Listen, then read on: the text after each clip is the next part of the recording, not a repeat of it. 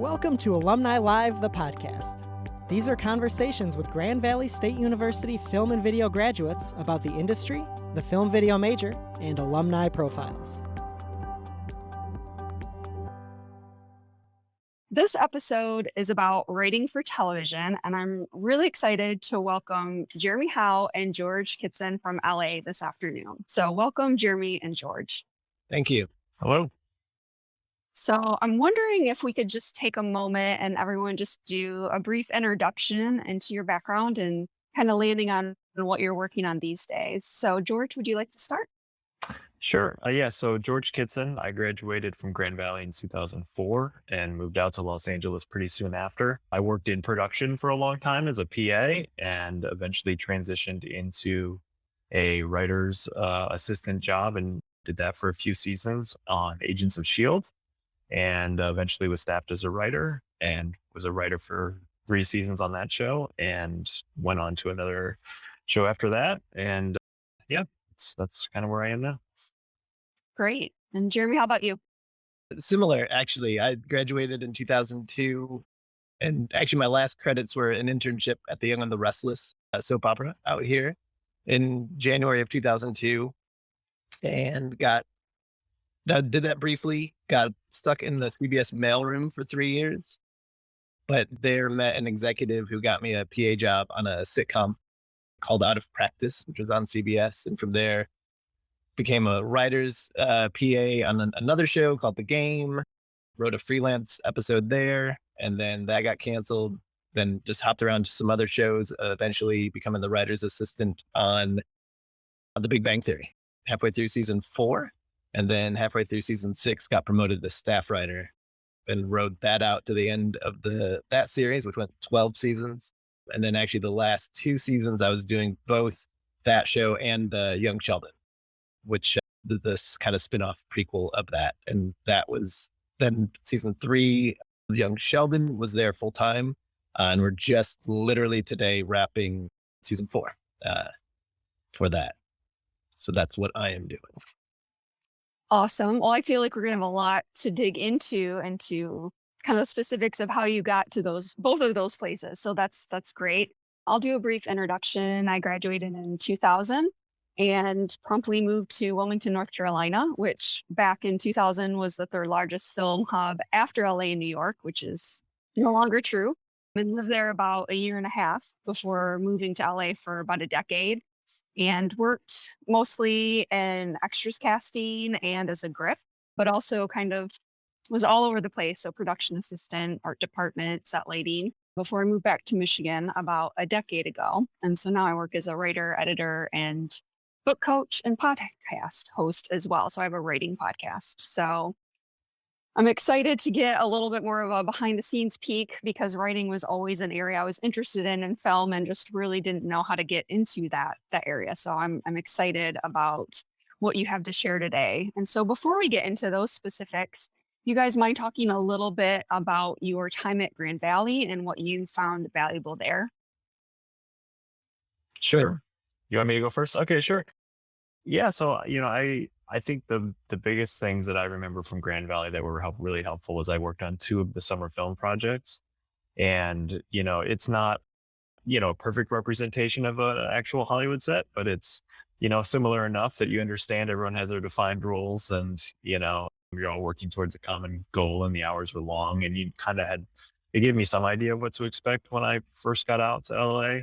And, like I said, my first number of years, I was a production assistant on things like 24 and a show called Cold Case. And, I felt like I was able to kind of seamlessly enter those spaces and be somewhat confident that I wasn't going to do a horrible thing or, get yelled at. So I think those experiences on the summer film going from, the very beginning in prep all the way through, I did editing on one of them, Flickering Blue. I think that was a very positive experience for me coming out here. I was able to use those tools and yeah, I think that was the number one thing. I liked my time at Grand Valley. I had a good 4 years there. I don't know. It's kind of what I would say to that. My experience at Grand Valley, it's a little more unique because out of high school, I'm from Kalamazoo and went to Kalamazoo Valley Community College for 2.5 years and didn't know what I wanted to do. And then was interested in film, but didn't even really realize that you could go to a 4-year school and study it until I found out that Grand Valley had a program and it was only an hour away. So I transferred, and all my KVCC credits transferred, including beginner and intermediate bowling, both those. But because of once I got to Grand Valley, I got all the prerequisites out of the way, and I needed to get 3 film program classes out before I got actually into the program. And so once I actually got into the film program, all I had left were film classes to take. And so I was there for I feel like it's under a year. And then I blasted through the film program, and then ending on with the last 3 credits I needed was the internship. So I was there briefly, but it was great. You learned what you were interested in, what you weren't interested in. And I did not do the summer film program. I did the internship instead, because I knew I've heard of a lot of people who would go to LA and, not make it, then couch surf for a little bit, come back, and, and it's hard out here. So I wanted something to come out to. So I was fortunate enough with a former Grand Valley student named Jason Honeycutt. He had interned at the Young and the Restless and was still out there, not on the show, but within the CBS in the same building. And he had, fortunately reached out to, I think it was Deanna Morris, who was my professor. She's the one who said if anyone is interested in an internship in LA, let me know. And it was a huge opportunity to have that in with another Grand Valley student. And so I got that internship, but that was my foot in the door. Yeah, I feel like that's so much of how it works. And so my experience mirrors George's a bit more, where I did the whole shebang at Grand Valley and did the summer film program twice. The first year as a PA, and then the second year as key grip. And just really, again, it's not exactly like being on a film set in LA, but it definitely helps to prepare you for your length of days and kind of the amount of work that goes into things. And so I really appreciate having that. And for me also too, it was just about the community aspect. So, most of my very dear friends, even met my husband at Grand Valley.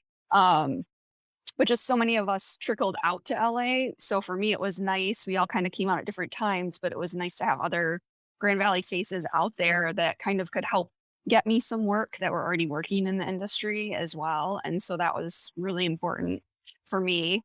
And so, yeah, I like hearing your story too, Jeremy, because I wasn't that aware of internship opportunities. So I like that you took that path, and that was really helpful for you to get out there and kind of stay out there, because I know that this can be really tricky if you don't have something in place. Yeah. And I will add a key, when I heard about that Jason was offering this opportunity to at least, send in a resume, I emailed him, and I just sent him an email that I guess was professional sounding. And what he told me once I'd never met him.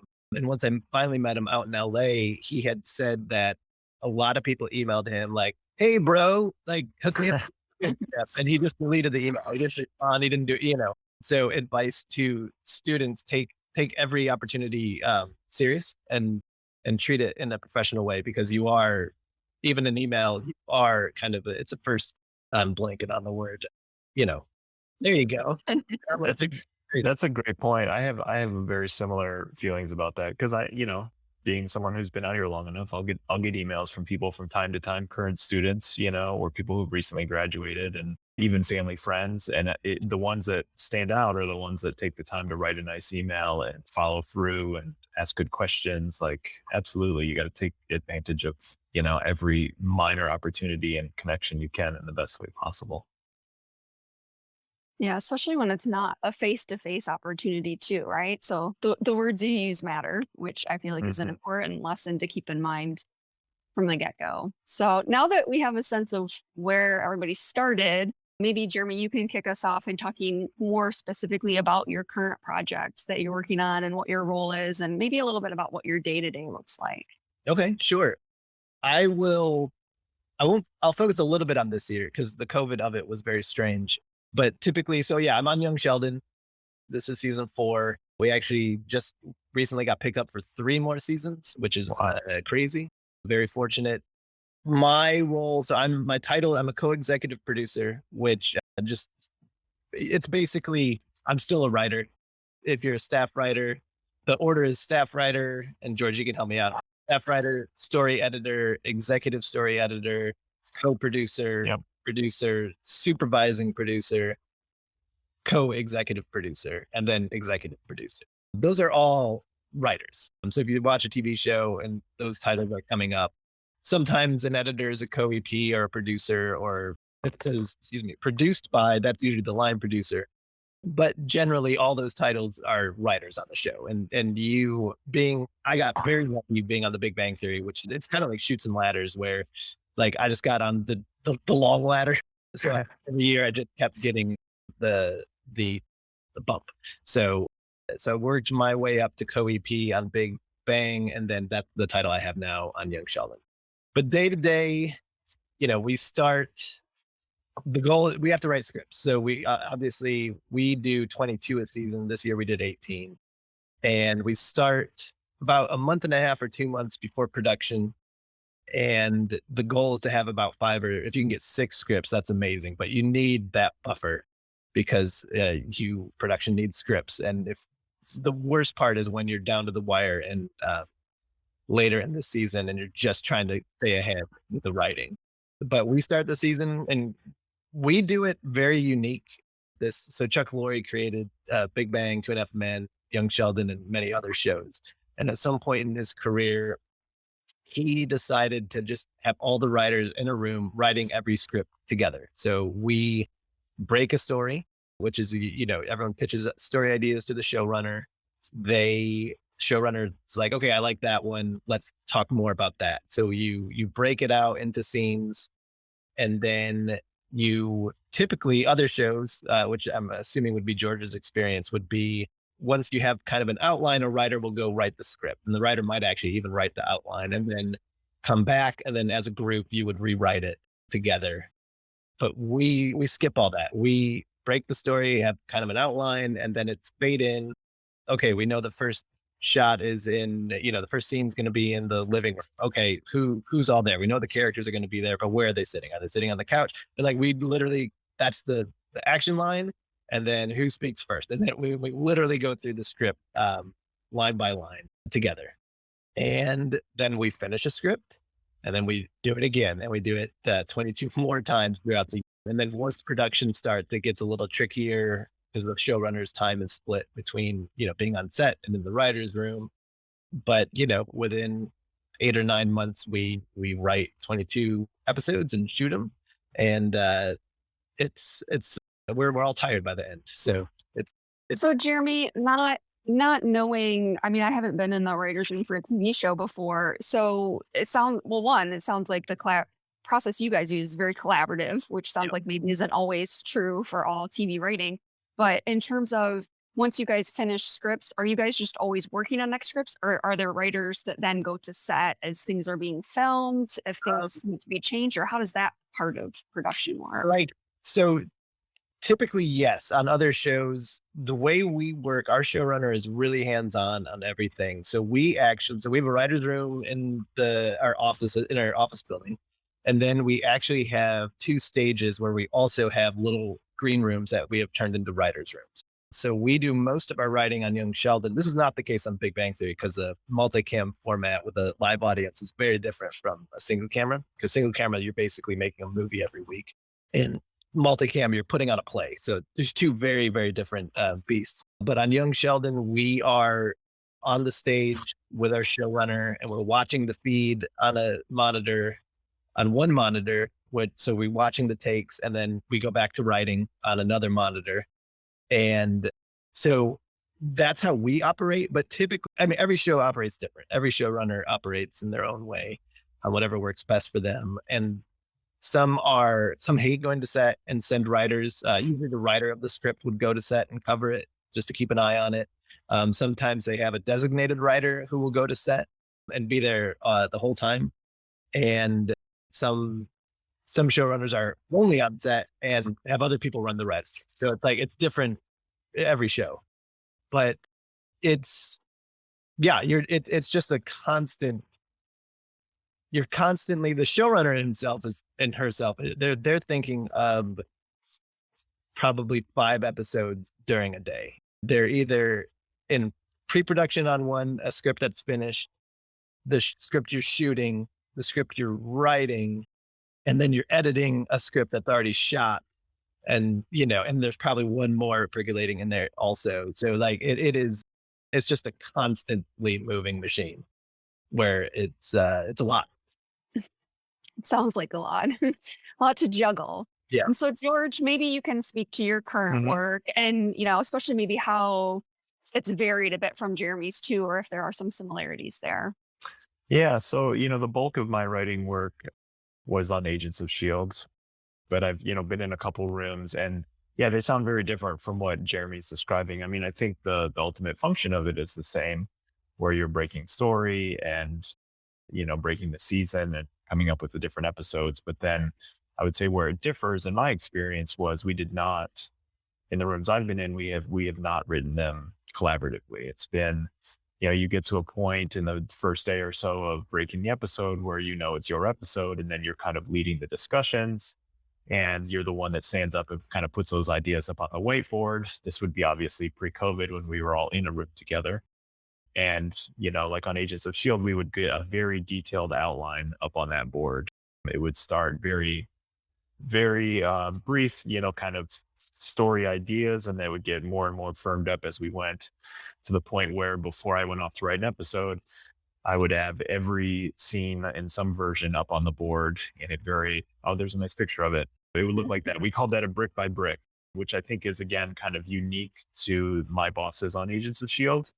But the idea would be that you had a beginning, a middle, and an end for every scene. You can see the different colors are sort of the different storylines that we're following, different groups of characters in the episode. I believe this is from a season 4 episode I wrote as a freelance episode when I was still the writer's assistant. But what was great about something like that, and I if I ever get to run a show, I would like to do something like that, because I think it takes a lot of the guesswork out.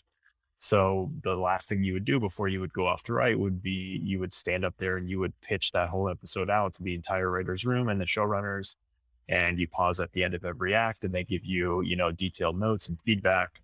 And then you go off by yourself to write the outline. And it was just super helpful to me. I would literally take, the writer's assistant's always typing up the notes from the room. So I would take literally what you could see on that board would be typed up. I would drop that into an outline and then just fill in the gaps and adjust it as their notes went. And, you don't have a lot of guessing. There's not a lot of room for error or a lot. It's a nice way to like get into it. And that most of it's been approved. And of course, some of it's going to change, but there's not a lot of blowing stories up and starting over, which can happen on certain shows. So I'd say that's very different from the way Jeremy described it. But otherwise, it's very similar. In television, the writers are, kind of king. The showrunner is also you could call them the head writer. They're the one that makes all the creative decisions. So whereas on a feature film, you think of movies, you think of the director normally, and they're kind of the ones that get the credit and the, blame, and they make all the main decisions. But in television, it really is the writers, because they're the constant forces all the way through the season. A lot of times directors come and go, and obviously actors come and go. And it's a really interesting place to be, because you get to see behind the curtain of everything. You get to be a part of all those decisions, and it's super exciting. On my last show, I was co-producer. So Jeremy, as a co-EP, is kind of, very upper level. I would say I'm squarely, mid-level. There's sort of like entry level, mid-level, upper level. So I haven't had some of the experiences he's had yet, but it's an exciting job. It's fun to be creative, and I like working in television because usually you actually get to make it, as opposed to features can kind of just be in development forever. And right now I'm not on a show, so I'm sort of in a version of that myself. I'm trying to develop a few new ideas, and I'm going out and pitching on different projects that are sort of called open writing assignments, where they have a property and they're looking for someone to come in with a strong take and, pitch their take and get hired to write it. So that's a new phase for me. I haven't done that. I've been on shows for, 4 or 5 straight years, as a writer. And now I'm kind of in this new phase, which is interesting and frustrating and exciting at the same time. It's very different. All of the things. So before we move on to the next question, it looks like we have a question in the chat that we could touch on, because it's kind of relating to what you guys are talking about right now, which is, when you're working on a series, how do you keep style consistent throughout a season with so many writers and episodes? Yeah, I'll jump in. I think it all comes down to the showrunner, because you have writers, all the writers in 22 episodes, but you also have several other directors coming in to throw in just another, someone else in the mix.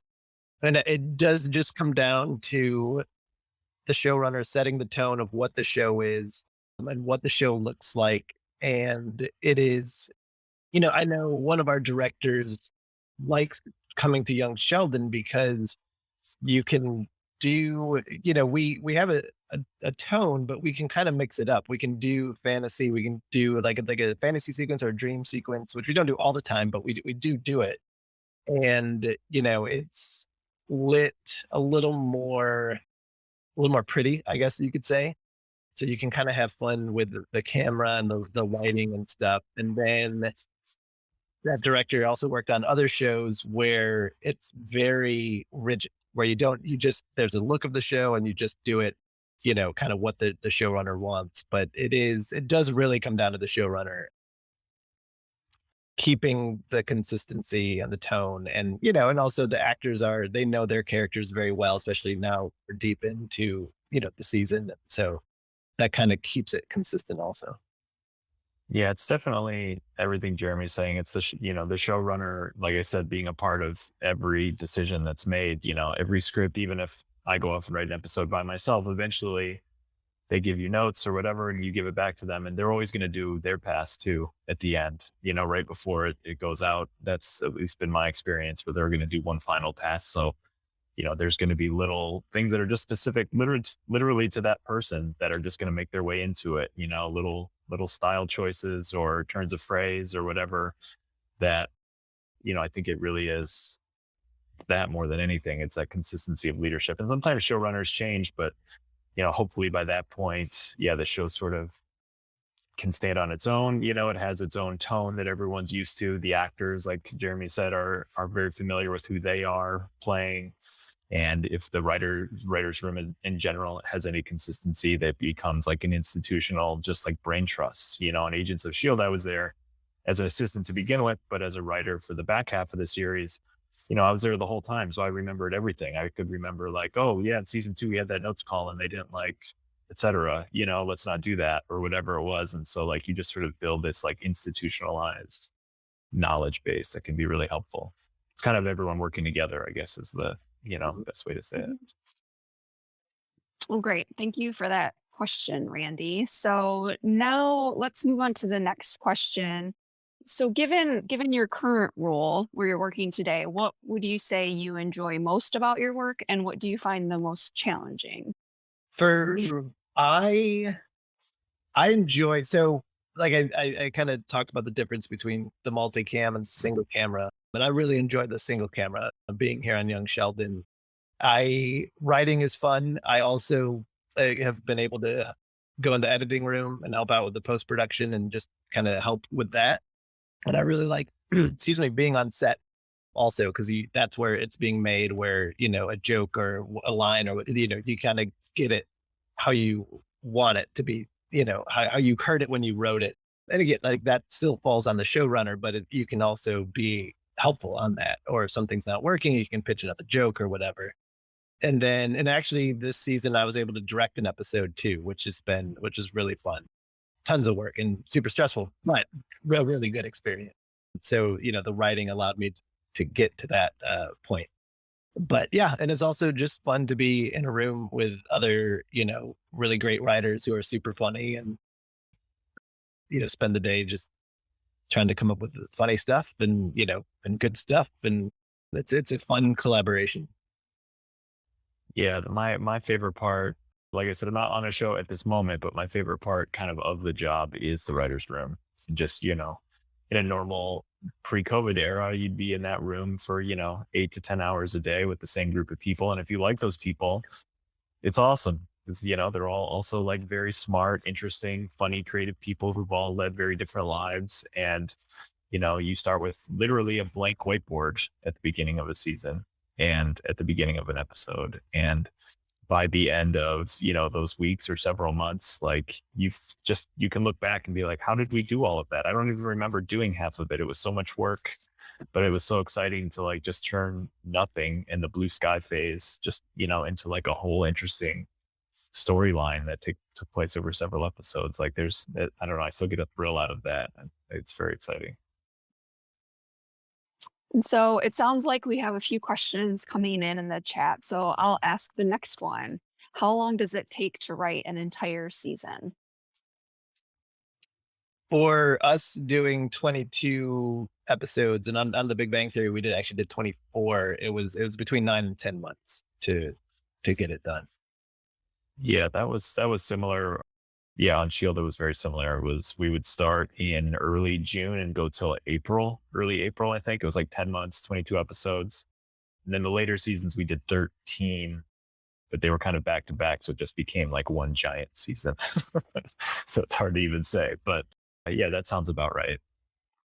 And there's another question, and I'm kind of curious about this too. So like I know what hours are like when you're working on set, and you usually have like 12 to 14 to 16-hour days typically. How many hours do you work a week as a writer? What does your day look like? I think the answer is it probably depends on who your boss is and what their method is. I've heard plenty of horror stories about people working, through the night and getting lunch and dinner and breakfast there and never going home and, always being in the office 7 days a week. Thankfully, knock on wood, I haven't had to do that yet. I've been on shows that are pretty rigid to, 10 to 6, that kind of a day, like with a lunch break, obviously. But yeah, I think it really just depends who your boss is. And if they want to stay there as opposed to going home, what their home life is like, they might not want to be there. So it really just depends on a lot of factors. Yeah. How about you, Jeremy? I'm also about 10 to 6. And, if I'm on set, sometimes we go later but sometimes we're done a little bit earlier on set too. But yeah, it really does depend on the boss. I've been fairly fortunate and as an assistant, at least, the hours weren't too bad. Some, first year show, if you're on a first year show, those hours are going to be harder because you're figuring out what the show is. And, that's harder. But thankfully, both the Big Bang Theory and Young Sheldon have been about same thing, 10 to 6, sometimes even 10 to 5, 10 to 4. Sometimes it's great. So. Yeah, that sounds actually really wonderful. If you can get that, I'll say that's so far from what I would have been used to on film sets. And I think we're pretty lucky for that because there are people who, like George was saying, that is not their experience on the show. Friends, I guess their writers' hours were terrible. Yeah. And they were shooting at Warner Brothers the same time Everybody Loves Raymond was, and Everybody Loves Raymond they were going home at 4 p.m. every day, and like the Friends writers would just look out and see the Raymond writers going home and being very jealous. Yeah, I heard stories like I've heard interviews where those showrunners talk about that, right? They would like be there all day. Marta Kaufman said like she would go home to tuck her kids into bed and then go back to work, be there till, the morning. It's like, no, thanks.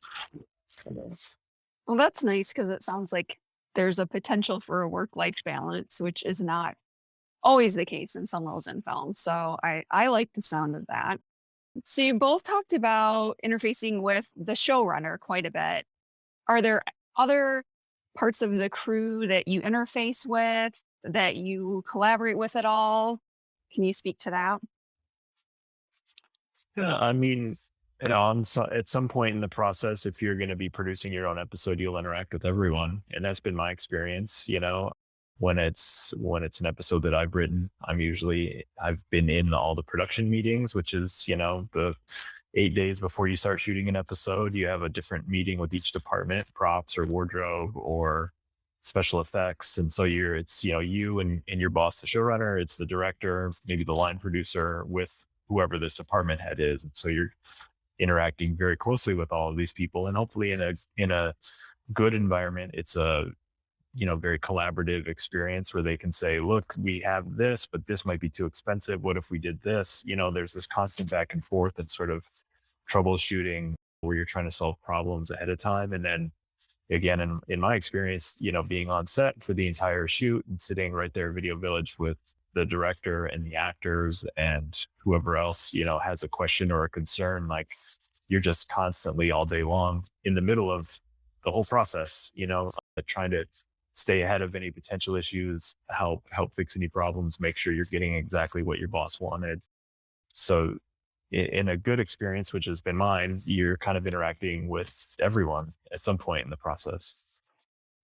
Yeah, it's kind of up to each writer, honestly. So I think some writers, they just want to be in the writer's room. They don't really want to go to set or interact or know how it's made, and that's fine. But that is, if you are interested in running a show or even climbing the ladder in kind of any way, like it's really smart, I think, to go and meet and learn from as many people as you can. Take advantage because, it's honestly film school every single day. If you work on a show and have access to the set, you should take advantage of it. You get to see how everyone works, and it's only helpful to learn how people work and what they do and what the process is. Yeah. And it's even, just adding on to that, like, as more and more production has left Los Angeles, there are plenty of writers who really don't have that experience. They haven't had that opportunity to go to set because it's in Georgia. Yeah. And, shorter seasons, let's say it's a 10 episode Netflix show, they're usually gone before production even starts. So, like, there were plenty of writers who are mid to upper level who have almost no set experience. So, like, Jeremy and I think, have been very lucky that we did, Shield filmed here too. And we were right across the walkway from set, and we could go there all the time. And I think it's so crucial to, like, if you have those opportunities, like Jeremy's saying, to take them, because some writers don't have them at all. And then all of a sudden they're a boss and they don't know what a set looks like or how to have those conversations. It's a problem. And with me, getting a chance to direct, like, it would have been crazy if it's like, okay, this guy's going to direct, and they're like, who is this guy? When I directed, everyone, seemed excited and glad I was able to do it, and very supportive, which was, you need that when you're directing. You need a crew that is going to have your back. So I was going to say, you have some rapport going already that you can step into. So that's probably a nice feeling to have. So there's a couple more questions coming in. And before we segue to one or two of those, I wondered if you could each kind of touch on what you find to be the biggest challenges with your role, whether it's in, like, the day to day or the generation of material, whatever you would like to touch on that way. for me, I think it's just the amount of episodes is challenging because I'm very fortunate, but I'm a little, like, seeing an 8 episode season of a show. It's like, wow, that seems kind of nice. Because when we write 8, we're only a third of the way through, at least on the Big Bang Theory. But it is, I think it's just that keeping that momentum and keeping the energy up. And, there's going to be days when you're tired, but you still have to write a script. And, and again, that falls mainly on the showrunner to keep that momentum going and everything. But yeah, I would say just the staying consistent for that long is tiring. Yeah. I can empathize with that quite a bit. Those first 5 seasons of Agents of Shield were 22 episode seasons, and it's, you at this point in television, it used to be very standalone and standalone episodes, and now it's very serialized. And on a show like Agents of Shield, I think we found that over the course of a season, it was better to almost break it up into, like, 3 different groups of about 8 episodes for that same reason, to keep it manageable. It almost was like individual story pods. That's how we looked at them. So it was like 3 separate stories that kind of all tied together in some way, as opposed to one 22 episode story that it's kind of impossible to keep track of and keep one-upping yourself for that long. So I think my experience on that show, I would agree with Jeremy. And now I'm in this different phase where, like I said, I'm not on a show at the moment, developing and I'm pitching on some open writing assignments, and that's been a whole different learning curve. I think there's a lot of competition for these jobs, obviously, and you end up doing a lot of basically free work, coming up with a take and a pitch and writing these documents and these slideshows and doing the song and dance. And, that's a whole new world. And I'm still learning how to approach that. I'm speaking to other writers that I know that have done it more than I have and using those resources. But yeah, it's challenging. But when you're on a show and it has a room, especially when you're on a network show that has a production date, you're going to make these things and you're just going and going and going. And then I like that because you're going to get somewhere. And now I'm in a world where it's like, well, will that ever happen? Maybe. This is a really cool idea I've fallen in love with. I hope we get to make this, and but you just never know. So I think that for me personally at this particular moment, that's sort of what I would say is the challenging aspect of being in a freelance industry. hmm Yeah, if we have time later, I would love to talk a little bit about like pilot season and just that finding of work. We have a couple questions coming in that I would like to touch on. Another question from Tariq. Are writers usually paid hourly, an average pay for a staff writer? No, you're not. It's not hourly. Once you get, you're hourly as an assistant, and then you get paid a lot more when you get promoted to staff writer. I don't even know what the minimum the staff writer is. I'm not totally sure either. I know that's all decided. There are minimums that are decided by the Writers Guild. So as a writer, there's a minimum weekly salary that you're allowed to be paid. So the companies can't try to, lowball you and pay you less. So as a staff writer, I'm not sure what it is. It's a big bump from when you're making that weekly money as an assistant. And then once you get to the next level after is story editor is after staff writer. That's like, your second season as a writer, usually you get promoted to that. And then there is another increase in the weekly minimums there. But all that stuff, I'm sure is on the Writers Guild website somewhere. You could look it up. If I just to guess, it's probably between 2,000 and 4,000 because there's like different weeks. It's like a 12-week contract or 16 or 32 or 40. They somehow the guild has mapped it out like that. And then I think the shorter the week, the more you get. So, but it's a great chunk of money, especially going from assistant to staff writer. It's a big pay bump. Absolutely. There should be visiting set. And so I was able to befriend some of them. And then eventually when I did finally transition off of set into a writer's room on a show called Touch, it was season 2 of Touch. It was on Fox. It was a Kiefer Sutherland show. And that was just, I was then a writer's TA, which was, very different. I wasn't on set during filming. Instead, I was in the writer's room offices, answering the phone, making copies, getting coffees, getting lunches, that kind of thing. But again, I tried to approach it the same way where now I was actually working with, the 10 or so writers on that show on a day-to-day basis and eating lunch with them. And so I approached it the exact same way. I took every script and I underlined things and I would ask questions like, why did we make that choice? Or did we, what does this mean? Or why is that happening? And just by showing that you're kind of inquisitive and interested and being open about, your own ambitions, that's what you would like to do as your career.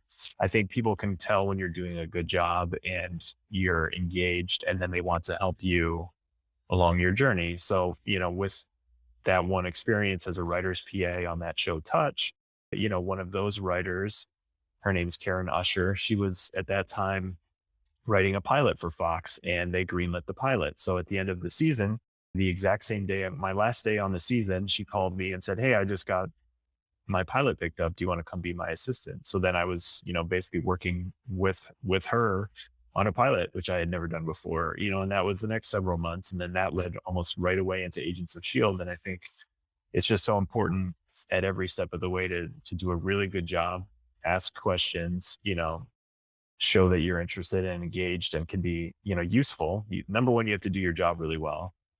And, you can't help but befriend these people. If they're nice people, they can see that you're working really hard. They want to help you. So, Karen was one of my early mentors. And then when I got onto Agents of S.H.I.E.L.D., the showrunners there and the other upper level writers, eventually you just form those relationships. You're around them all the time. You become friends, about their personal life and, the day to day of what we're all going through. And as long as you're all sort of working together, you can't help but sort of form, mentorships with different people.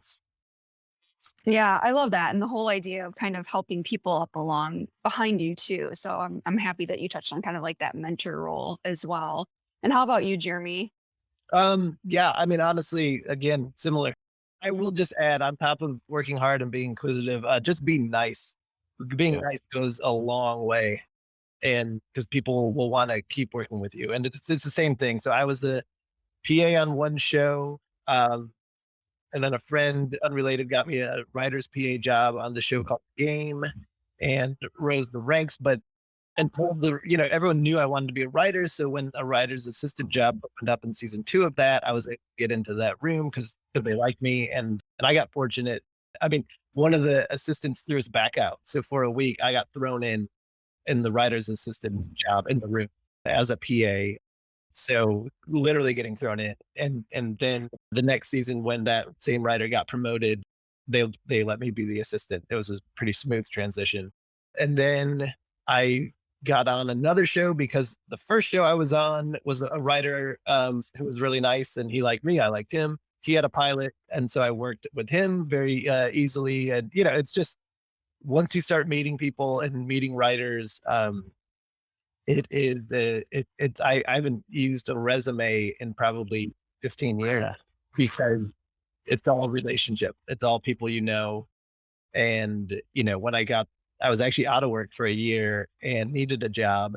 And on The Big Bang Theory, a friend of a friend, it was someone needed an assistant to fill in, and it was like, "Oh, are you working?" So it's all just connections. It's all connections.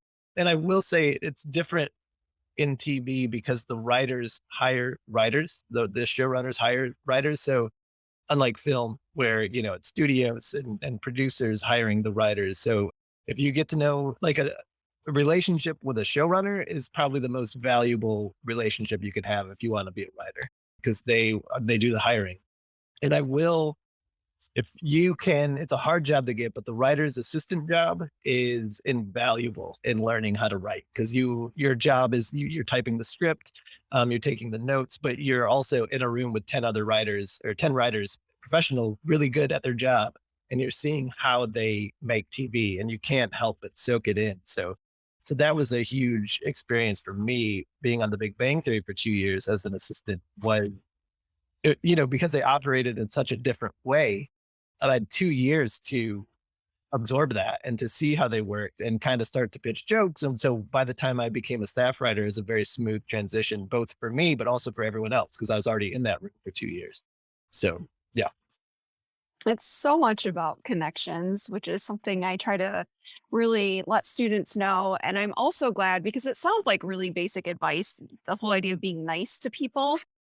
But when you live in LA and you work in these spaces, you realize that that's not always common practice. And so it sounds very simple.